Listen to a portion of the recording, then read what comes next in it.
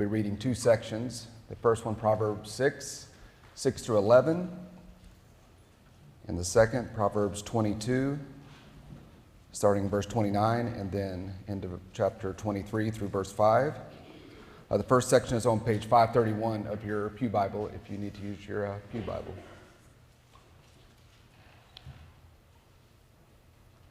So Proverbs 6:6. Go to the ant, O sluggard, consider her ways, and be wise. Without having any chief, officer, or ruler, she prepares her bread in summer and gathers her food in harvest. How long will you lie there, O sluggard? When will you arise from your sleep?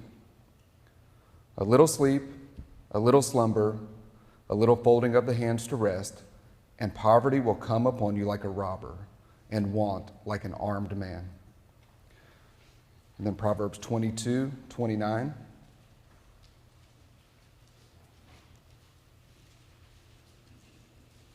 Do you see a man skillful in his work? He will stand before kings. He will not stand before obscure men. When you sit down to eat with a ruler, observe carefully what is before you, and put a knife to your throat if you are given to appetite. Do not desire his delicacies, for they are deceptive food. Do not toil to acquire wealth. Be discerning enough to desist. When your eyes light on it, it is gone. For suddenly it sprouts wings, flying like an eagle toward heaven. This is the word of the Lord.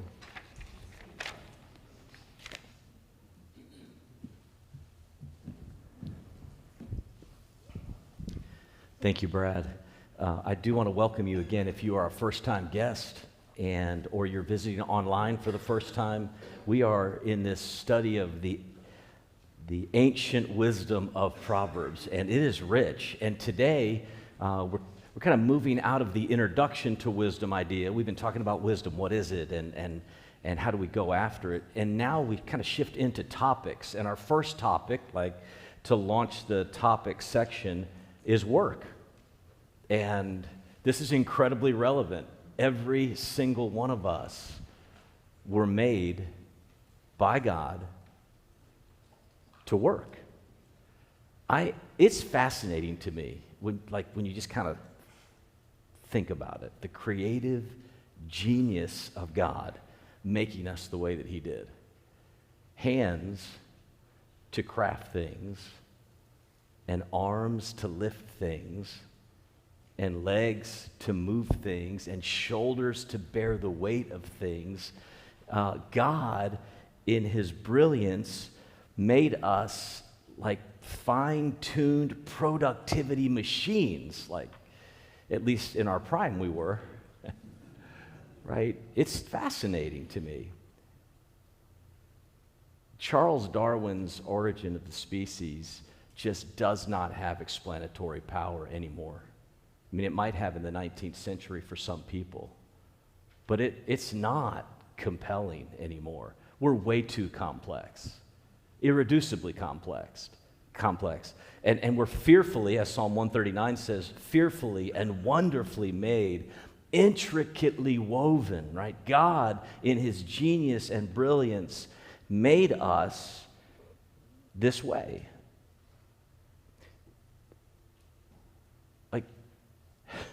Christianity claims this. Christianity says that our unique human capabilities and complexities come from one place, from the triune God who endowed us with his likeness. You can spend time trying to sort of deny that and find another place so that you don't have to submit to God, right? You can try to do that, but the evidence is pretty overwhelming that some intelligent designer made us. So, our ability to think, this is kind of where we're going this morning. Our ability to think and create and build and organize a flourishing home or society or business is a gift from God. And we're ready to stop denying that and start embracing that and know that we were made by God with signatures of His glory all over us. And that means that we'll never be happier than when we live for Him. And do what God made us to do. And that includes work. That includes work. It includes productivity. It includes the idea of work. Genesis describes the very creation of the world as the handiwork of a brilliant craftsman. And God made, and God fashioned, and God made, and God fashioned. And then, in this sort of culminating moment in 126 and 27, let us make man in our likeness, in our image. And then, you know this, God saw everything that He made, right? And it was very good. In other words, the Bible opens with this profound idea that work was part of paradise. Work, God made a beautiful world. God created, He crafted, He made a beautiful world and entrusted it to us to work it and keep it. And we were made to live in the same balanced rhythm of work and rest that our Creator made the world in. 6 days and then rest. Just like God, we are to work and then rest. Work is as much a basic human need. Think about this. Because some today really do not think this way, so it's kind of challenging. But I want to put this on the table. Work is as much a basic human need as food and water, sleep and exercise, family and friendship.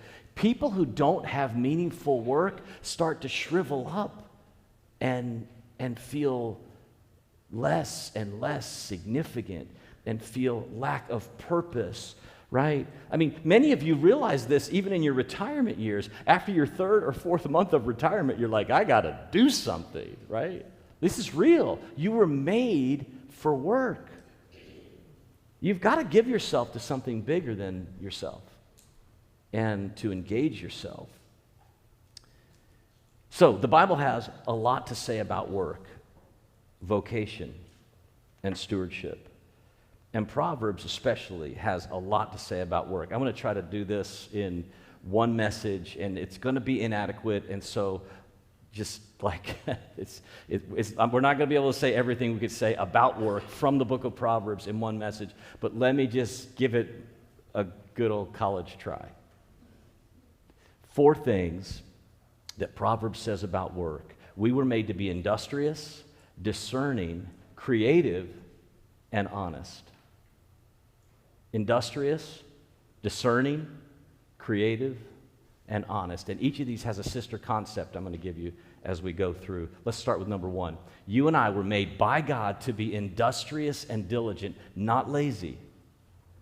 Proverbs chapter 6. So back to Proverbs 6, as Brad just read a moment ago, we're going to pick up in verse 6. To be industrious is to be a productive person, a person who knows how to start things and finish things and work hard all the way through between the beginning and the end. That's what it means to be an industrious person.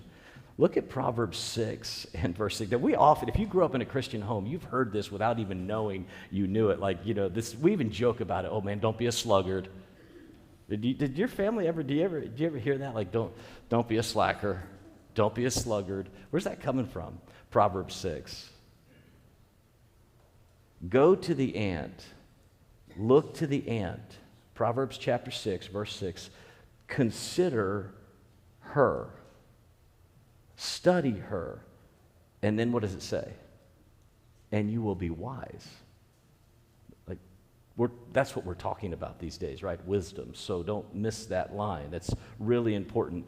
The writer here wants you to go and observe in nature this creature called the ant. Go to her, study her, consider the ant, watch her, study her, and you will learn from her to be wise. Verse 7, she has inner motivation. without having a chief, officer, or ruler. She has no boss. Look at this in verse 7. She has no boss, no manager, no reporting structure. She does not wait around to be told what to do. She knows what to do, and she goes after it. She's got this sense of inner motivation. She's not wondering what she was made for. She's not wondering whether she's supposed to be working. Study the ant, and you will discover one of the most important things about what God intends for you as a worker, and that is to be motivated. I was watching yesterday, or 2 days ago, whenever it was, we were out on the trail on our bikes, and we just stopped to get a breather, and there was this pine tree, and there must have been 1,000 black ants going from the bottom of the pine tree. I couldn't even see at the top, and I don't know if the nest was up there or the nest was down here, and the food source was in the opposite place, but they were just working straight up, fighting gravity, walking the side of this pond. I kept looking for the person who was telling them what to do. And there was nobody. The queen ant had done her job. Who knows where she is, and they're all just feverishly getting it up and down that tree, working. They had this sense of inner motivation. Here's the second thing. Look at verse 8. She prepares her bread in summer. Prepares, works. In the heat of the summer, you're at the 4th of July picnic eating a hot dog, and she's carrying off crumbs for later, right? And she's going to come back and get Luke Baggett's Fritos in just a second, but she's working. Hard work, verse 7. Industrious. She prepares her bread in the heat of the summer. And then it says in verse 8, she gathers her food in harvest. Mark the harvest language, because she's working today for tomorrow. So to be industrious means you work today for tomorrow, right? That's the point of the harvest. Some people presume upon the future and therefore presume on God.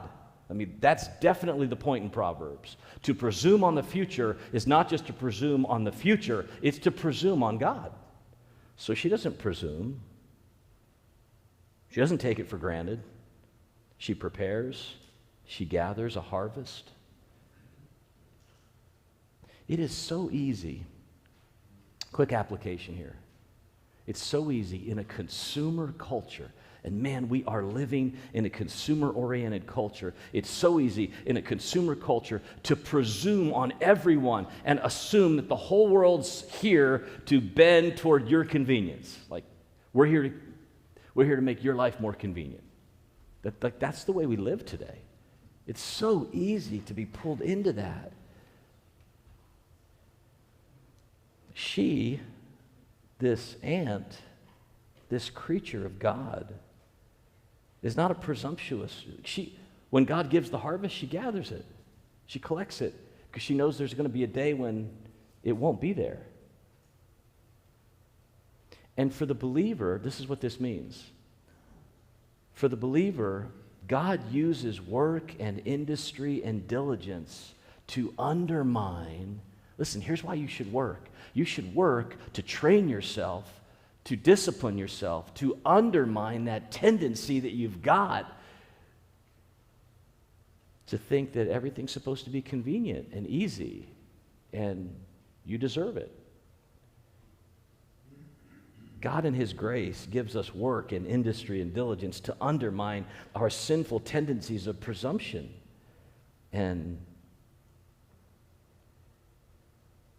so, industry and diligence reflect the character of God. We were made in God's image. We reflect the character of God. We were made to work by God. And this is something you'll see over and over again in Proverbs. This just gets us started. Industry and diligence. Number 2. But,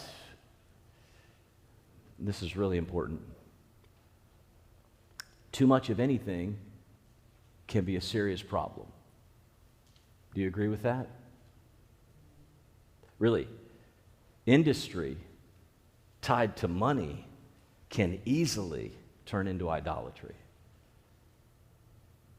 It is possible to work too much and for the wrong reasons. I mean, that's the genius of Proverbs. The genius of Proverbs is that no particular proverb contains everything you could ever say about that subject. So while we are strongly emphasizing industry and productivity and diligence, we need to come back and make the second point just as important as the first, to be discerning and self-controlled about our work, because it could easily lead us into chasing self-glory and our own kingdoms and living for the wrong things.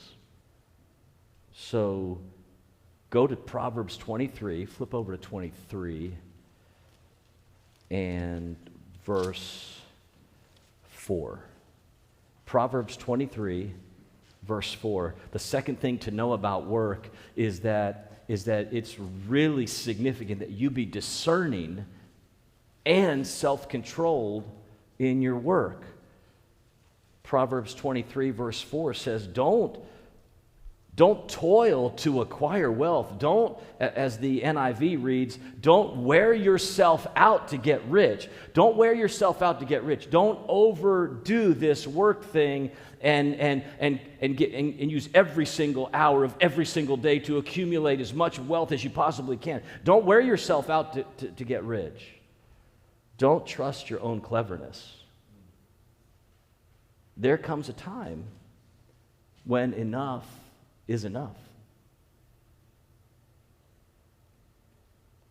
And to go beyond that would be to flirt with idolatry, to take work, which is a good thing, and make it an ultimate thing.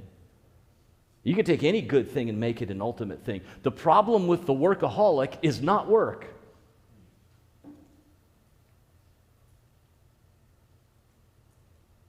It's his lack of discernment. It's his lack of discernment. Wait a minute. I just sacrificed my family. I just sacrificed a relationship. I just sacrificed this more important thing for the next,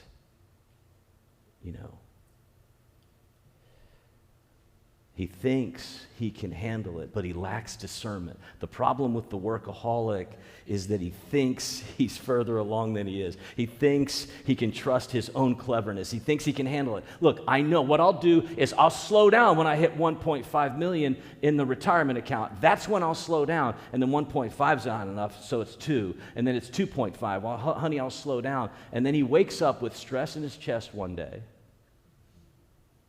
And he doesn't know his wife. And his kids can't stand to be around him because he lacks discernment and balance. And this is why the fourth commandment is so important. 6 days you shall labor and do all of your work, and then on the seventh day you should treat it as a Sabbath to the Lord. It's not just for you, it is for you, because everything that glorifies God is usually, wow, did I almost say that? Everything that glorifies God is good for you, is always good for you. So it's a Sabbath unto the Lord, and it's good for you. Sabbath rest is not just about rest. It's about a life of balance and rhythm and perspective and happiness. It's about relinquishing. It's about every 7 days relinquishing your own kingdom. This is not mine. None of this is mine. It's about every 7 days saying, none of this is mine, right? Not really, not ultimately. So if you're driven, so if you're diligent, and if you're industrious and diligent, that's great, but if it gets out of hand, then boy, you've got to have discernment, and you've got to have self-control, and you've got Sabbath rest, building a rhythm into your life to bring you back in check. So, still in chapter 23, verse 1, if you're driven by the glory of ambition, look at this. Proverbs 23, verse 1, if you're driven by the glory of ambition and chasing glory and luxury, if you're easily impressed by power and money and all the, when you sit down to eat with an impressive person, verse 1, a ruler, a senator, a governor, a famous athlete, a celebrity, Be careful when you do that, because it's not just the luxury of the moment. You're feeding your appetite for glory. That's what this means. So put a knife to your throat if you're given to appetite, he says.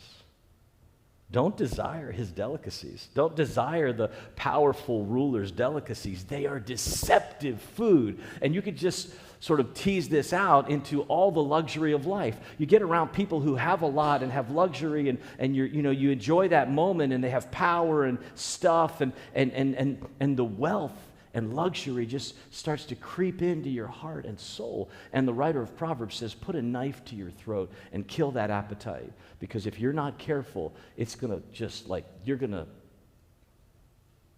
going to pull you into a really dark, unhealthy, self-glory kind of place. So, be discerning and wise. One of the most important themes in the Bible about work is this theme. Be discerning. Be self-controlled. Be smart. Be wise.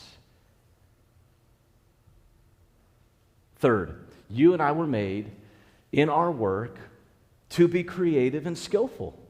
This means no shortcuts. Proverbs 22:29. So just back up one verse. It's the very end of the previous chapter. Just back up one verse to verse 29 of chapter 22. Do you see that? I love this verse. This is a great verse. This is where we get to be like positive and encouraging, and like this is the fun part of work. This is the fun part. Be creative and skillful in your work. You were made to be creative and skillful. Do you see a man skillful in his work? Verse 29. He will stand before kings. He will not stand before obscure men. Do you see a man who is skillful in his work? He will be recognized by kings. In other words, if workmanship, now like get this, if workmanship and craftsmanship and a job well done is more important to you than self-promotion, so if the quality of the work is more important to you than people seeing and recognizing you're an amazing craftsman, if the quality of your work is more important than being recognized for your work, it will be recognized soon enough. That's what this means. And you have time to wait. You know why you have time to wait to be recognized? Because work done well for the right reason is its own reward. It's a beautiful thing. This is why I mow my front yard. It's why you enjoy doing some of the things you do that you don't get paid for. Because there's something incredibly satisfying about working hard all day, bending and sweating and finishing that interior painting job or that exterior home improvement project, and then you collapse in bed at night and you're like, it feels so good to be, wait a minute, I forgot to do one thing. And you get up and you go do that thing and you put the finishing touch on it, and then you go to bed. And it's not just a Home Depot commercial. It really matters that you take care in your work. God, listen to this. God gave you the discernment and the capacity to see the difference between shoddy, good, and great. He gave you that capacity to discern those things and to execute at that level.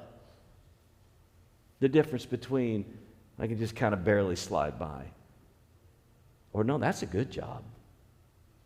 Man, he does great work.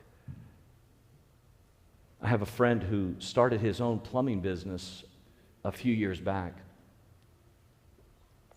And he's just professional, highly competent, really good at what he does, takes his craft seriously. He's a tradesman, and he takes his trade seriously. And he's got a long line of people who would love for him to come and do their stuff. He is not going to have a problem with getting work because people love to find a tradesman that they can trust who does high-quality work. It's just the way life works. Work done well for the right reason is a reward in and of itself. Have you ever heard of Wayne Henderson? Some of you know Wayne Henderson. He's a famous guitar maker, maybe a luthier, a maker of stringed instruments. The strings department over here, well, where's Mark? But yeah, the strings department over here was reminding me this morning of this. Wayne Henderson, somewhere between Fancy Gap and Galax. I'm not sure exactly where he is, but he's an hour and a half from here or something like that. He's worldwide famous for making guitars here in the Blue Ridge. And Sam was telling me a story about Eric Clapton in New York City who met a guy who had one of Wayne Henderson's guitars. And, Wayne Henderson doesn't really, in his making of things, in his crafting of things, I don't think he has a social media page. I don't think you have to get in line. You get on a wait list, and it takes a long time to get one of his guitars. And Eric Clapton was playing this guitar, and his friend said, what do you think? And he's like, this is amazing. I want one of these. How do I get this? How do I get one of these guitars? He's like, well, you just put your name on the list. And apparently, Wayne Henderson had no idea that Eric Clapton wanted one of his guitars. I think they moved him to the top of the list when they found that out. Who's Wayne Henderson?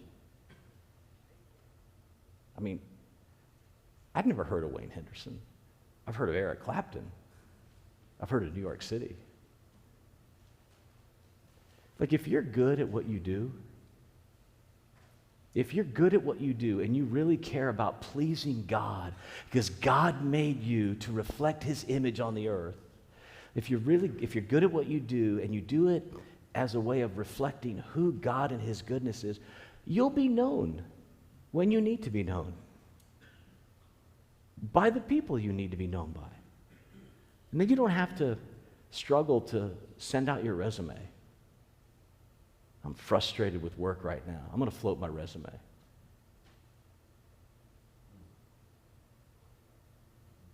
you ever do that? It's a thing.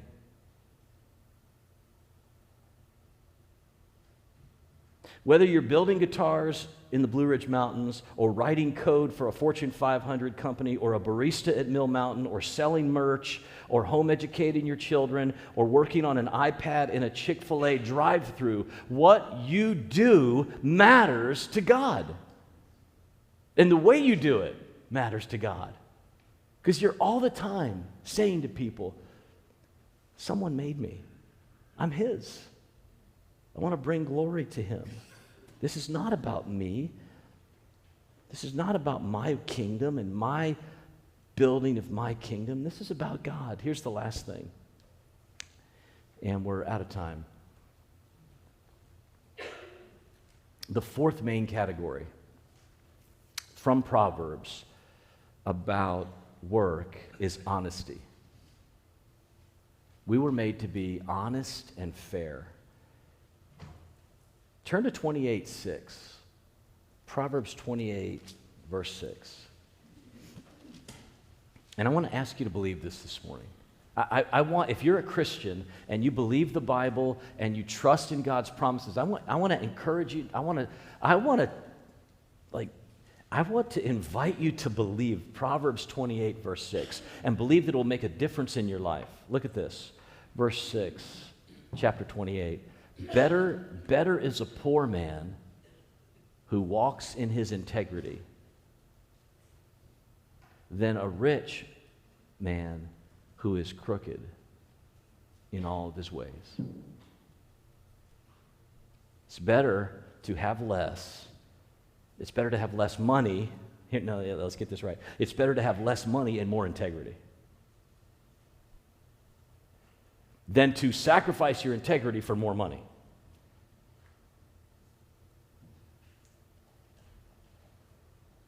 Let me see if I can remember this. There was a crooked man who walked a crooked mile. He found a crooked sixpence against a crooked stile. He bought a crooked cat, which caught a crooked mouse, and they all lived together in a little crooked house. You don't want to live like that. You don't want to live like that. But it'll happen if you spend your greatest assets on yourself rather than integrity.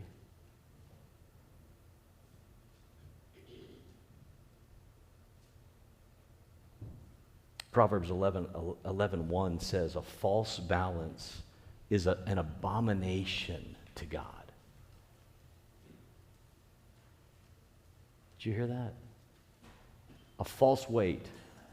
They would measure their products back then with a scale, a steel bar across the top with a pivot, and 10 pounds on this side, and then you can buy 10 pounds of sugar on this side, and you'd get an accurate measurement. Unless you monkeyed with the weight and you put on here 10 pounds, but it really only weighed 8. And then you could start to really make some profit if you start cheating. A false balance, 11:1, is an abomination to God. Like, I thought abomination was about things that were way worse than that. No. Trying to deceive people in your work is not just wrong. It's utterly displeasing to God. He hates it. But a just weight, a true balance is his delight.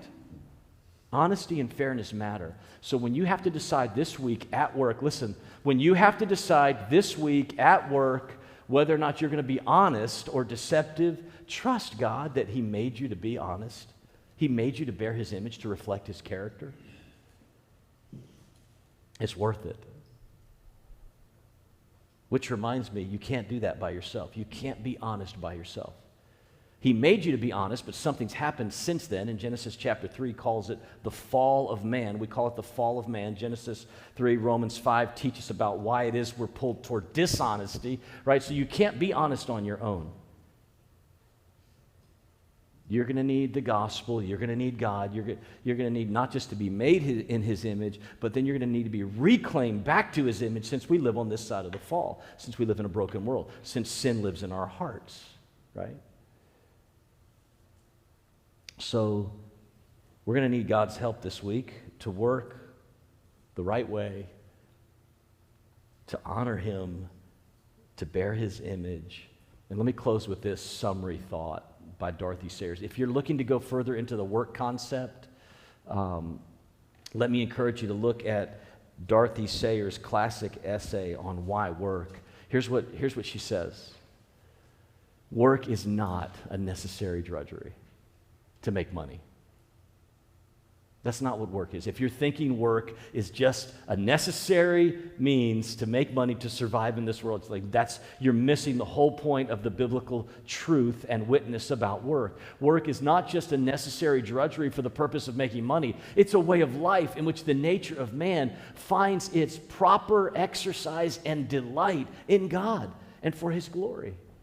Like you and I were made to glorify God in our work and to fulfill ourselves in his glory.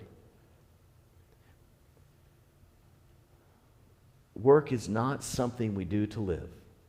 It's really what we live to do. It's a good thing. It's a beautiful thing. Man, Christians for way too long have been like, man, yep, it's Monday tomorrow. It was a great day at church, but it's Monday. And I got to go back to work. And then, oh, man, it's Wednesday. It's hump day. What's that mean? Well, it's hump day means we're almost to what day? Friday. We're almost to Friday. TGIF.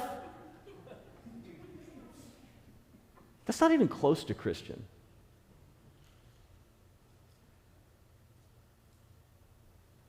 You should thank God it's Friday. But you should also thank God that it's what? Monday.